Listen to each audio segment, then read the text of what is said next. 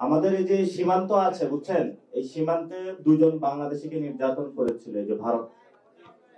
এজন্য আমরা আজকে এই সভা থেকে সীমান্ত হত্যার প্রতিবাদ জানাচ্ছি এবং সরকারের যে স্বরাষ্ট্র পররাষ্ট্র মন্ত্রণালয় রয়েছে আমরা তাদেরকে বলবো একটি অ্যাক্টিভ হন। আপনারা এসএসএফ যেটা আছে সেগুলো যমুনা বিভিন্ন জায়গায় উঠে অ্যাটলিস্ট সীমান্তে নিয়োগ করেন, কারণ বাংলাদেশের 18 কোটি মানুষেরই এখন এসএসএফ প্রয়োজন। এজন্য আমরা এই প্রোগ্রাম থেকে সীমান্ত হত্যায় যারা অতীত শহীদ হয়েছেন, যারা হেনস্থার শিকার হচ্ছেন, আমরা এই প্রোগ্রাম থেকে তীব্র নিন্দা জানাচ্ছি ভারত সরকারের প্রতি এবং আন্তর্জাতিক সম্প্রদায়ের কাছে আহ্বান যে আন্তর্জাতিক যে সীমারেখাগুলো রয়েছে, ভারতের মতো একটি খুনি বর্বর বাহিনী জন্ম দিয়েছে বিএসএফ, দ্রুত তাদেরকে বিচারের কাঠগড়ায় দাঁড় করিয়ে দৃষ্টান্তমূলক শাস্তির মাধ্যমে নতুন বিশ্ব, যে শান্তির বিশ্বের কথা বলি, সেই বিশ্ব আমরা প্রতিষ্ঠা করতে পারবো বলে আশা করি। না হয় যেই শান্তিমূলক যে কথাগুলো আমরা বলি এগুলো হলো ফুলজড়ি কথার মধ্যে থেকে যাবে। আমরা যদি ইনশাআল্লাহ সরকার গঠন করি যে কোনো সময় অথবা যে কোনো সরকারের আমরা পার্ট হই, আমরা পুরো বাংলাদেশের প্রাইভেট সেক্টরে ইনশাআল্লাহ শুক্রবারে ছুটি ঘোষণা করব, যেমন শনিবার ইনশাআল্লাহ ছুটি ঘোষণা করব ইনশাআল্লাহ। প্রাইভেট সেক্টরে যারা ওনার রয়েছেন, আমি নিজেও কাজ করেছিলাম, সেখানে দেখেছি আমার শুক্রবারও ফ্যামিলি লাইফ ছিল না, শনিবারও ছিল না। শুক্রবারে সকাল থেকে ঘুম থেকে ওঠার পরে নামাজের পরে একটু জামা কাপড় ধোয়া, এর মধ্যে শুক্রবার চলে যায়, সকালবেলায় আবার অফিস। একজন মানসিক যখন বিকাশ না হয় তখন সে কাজের ডেলিভারিটা ক্রিয়েটিভ ওয়ার্কে দিতে পারে না। এবং গার্মেন্টস সেক্টরে যারা কাজ করছেন তাদের ন্যায্য মজুরি নাই। আমার একজন গার্মেন্টস কর্মীর সাথে কথা হয়েছিল, ওনার একটা ছোট বাচ্চা আছে, সারা রাত বাচ্চা কয়েকবারে রাতে তাকে দুধ পান করাতে হয়, সারা রাতে মায়ের জেগে থাকতে হয়। সকালে বললাম তাহলে আপনি কিভাবে গার্মেন্টসে গিয়ে ওই সেলাই মেশিনটা আপনি ঘুরান?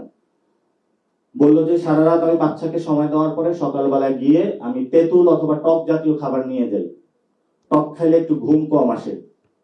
এই ধরনের অমানসিক পরিশ্রমের মধ্য দিয়ে কিন্তু আমাদের অর্থনীতির যে চাকাটা সেটা ঘুরছে। এখানে যে সাংবাদিক ভাইরা রয়েছে, বসের অ্যাসাইনমেন্ট অনুযায়ী সাংবাদিকতার কাজ করতে হয়। অর্থাৎ উনি যদি কোথাও দেখে কেউ লোক একটা চুরি করতেছে, যে লোকটা চুরি করতেছে এটা যদি কোনো সরকার দলীয় হয় বা ওই যেই কোম্পানিতে উনি জব করে তার যদি কোনো খাস লোক হয়, দেখেও না দেখার ভান করে এই সম্পর্কে কোনো রিপোর্ট করা যাবে না। অর্থাৎ যিনি সাংবাদিকতা করেন ওনার সেই সাংবাদিকতার জায়গাটাও ওনাকে বিসর্জন দিতে হচ্ছে। আর মজুরির কথা তো বললামই, যে যারা সাংবাদিকতা করে বাংলাদেশে তাদের তো হলো প্রতিনিয়ত চলাফেরার যে পকেটের টাকা, ওই পকেটের টাকাই উঠে না। এই ধরনের পরিস্থিতির মধ্যে দিয়ে যাচ্ছে। এটা হলো আমাদের প্রত্যেকটা সেক্টরের একই অবস্থা। সেজন্য আমরা উদ্যোগটা নিয়েছি প্রফেশনাল সেক্টরে সেফটি এবং লিগ্যাল যে এনভায়রনমেন্ট এটা নিশ্চিত করার জন্য, কাজের পরিবেশ নিশ্চিত করার জন্য। আমাদের ইনফর্মাল যে সেক্টরগুলো রয়েছে সেগুলোতে আইএলও কাজ করছে, কিন্তু যারা মিডল ক্লাস সোসাইটিতে রয়েছে, যারা ব্যাংকে জব করছেন, অর্থাৎ মিড রেঞ্জে 50 to 60,000 যারা স্যালারি পাচ্ছেন, তাদের হলো বুক ভরা হলো হতাশা। তারা নিজেদের অভিব্যক্তিটা না কারো কাছে প্রকাশ করতে পারেন। একটা বিশ্ববিদ্যালয় থেকে পড়াশোনা করছেন, শেষ করে যখন 50,000 টাকা চাকরি করেন, বোন টাকা চায়, ভাই টাকা চায়, মা টাকা চায়, সবাই তো বুক ভরা আশা নিয়ে থাকে যে ছেলে পড়াশোনা করেছে। এদিকে অফিসে গেলে বসের বকা, বাসায় গেলে হলো যে আমাকে সময় দাও না কেন, সেদিকে বকা। জীবন একটা অতিষ্ঠ জীবনের মধ্য দিয়ে, এবং এভাবে করতে করতে অনেকে হলো অল্প বয়সে মারা যায়। আমরা যদি এই পরিবেশগুলো নিশ্চিত করতে না পারি, সবাই যদি আমরা ঐক্যবদ্ধ হই, যারা হোয়াইট কালার আছে, ব্লু কালার আছে, শ্রমিকরা আন্দোলন করে, কিন্তু যারা মিডল রেঞ্জ তারা কোনো আন্দোলন করতে পারে না। এবং সমাজে তারা ভদ্রজন সেজে থাকে, কিন্তু পকেটে তাদের টাকা নেই। ব্যাংক থেকে লোন নিতে হয়।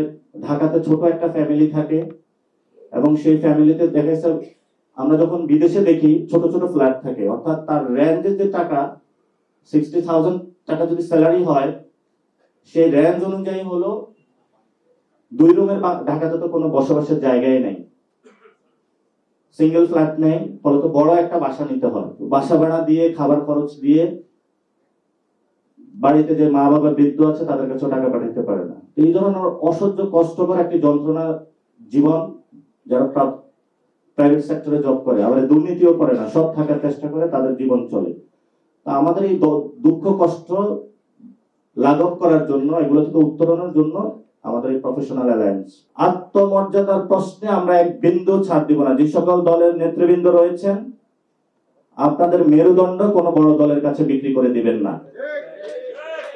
মেরুদণ্ড সোজা রাখুন, আমাদের সাথে আসুন, ইনশাল্লাহ ঐক্যবদ্ধভাবে আমরা একসাথে রাজনীতি করব। সিট বন্টনের পলিটিক্স বাংলাদেশে আর চলবে না।